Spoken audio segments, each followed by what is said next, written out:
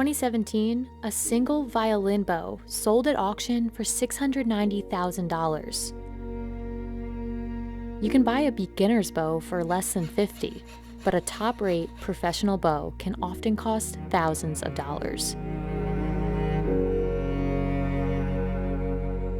A bow like this is completely handcrafted by skilled artisans, and just one can take an entire week to make. Even the most subtle differences in the way a bow is made will change how well it plays. So why would someone pay so much for a bow? And what makes it so expensive?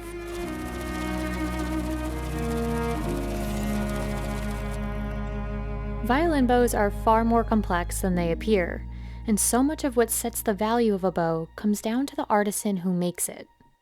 L'archet idéal, comme l'archet c'est vraiment le prolongement du bras, l'archet idéal ne doit pas faire de césure entre le bras et ensuite l'arrivée sur l'instrument. Ça doit être vraiment le prolongement, ça doit être quelque chose. Si le musicien décide de faire une attaque très rapide, ça doit immédiatement se répercuter quand il joue.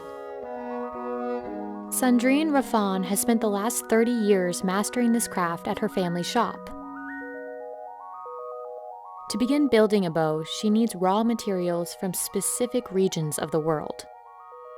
The most essential are Pernambuco wood from Brazil and horsehair from Mongolia that cost $900 a pound.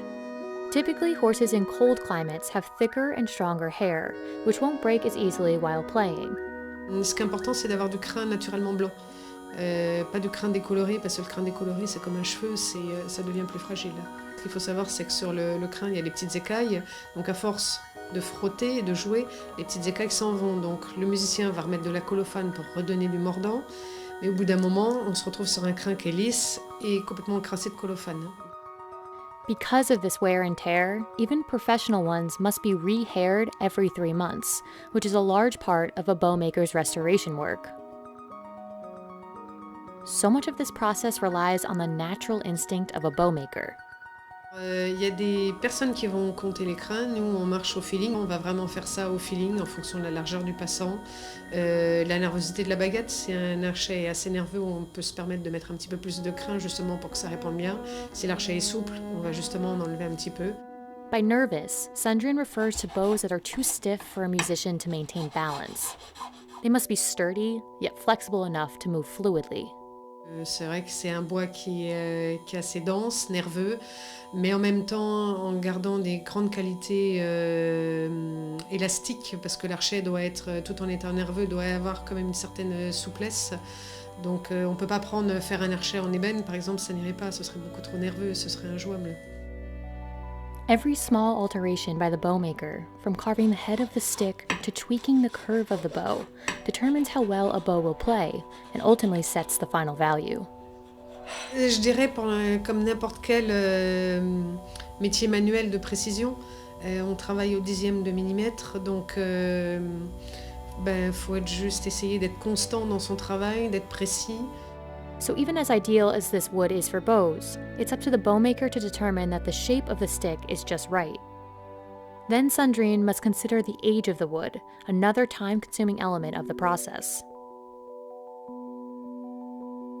Souvent les archets d'entrée de gamme vont être des archets faits machine avec du bois pas sec. Et donc ces archets, au bout de 6 mois à 1 an, vont commencer à tourner dans tous les sens. Par l'essence du bois, par le vieillissement du bois, c'est comme un vin. Un vieux vin a eu le temps de mûrir, en fait, tout simplement. Même si on utilise du bois vieux, on ne peut pas comparer un archet moderne avec même du bois de 20-30 ans avec un archet qui a plus d'un siècle, voire plus. Donc voilà. Sandrine has restored bows made by master artisans from hundreds of years ago. These bows only remain playable with routine repairs, but because of their rarity and centuries-old wood, just one of them can be worth tens, even hundreds of thousands of dollars. Whether a bow is ancient or modern, each one appeals to different people, and it's up to the musician to decide whether the price and quality of sound are worth it.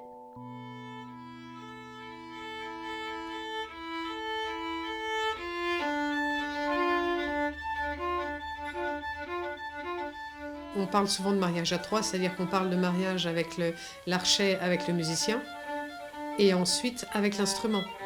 C'est-à-dire que pour le même musicien, le même instrument, vous pouvez donner 3, 4, 5 archets différents, le son sera complètement différent. Like Sandrine, many esteemed artisans have studied this craft in France, where prominent French bowmakers like François-Xavier Tourt developed the modern bow. Bowmakers don't typically go to school as you would with violin making.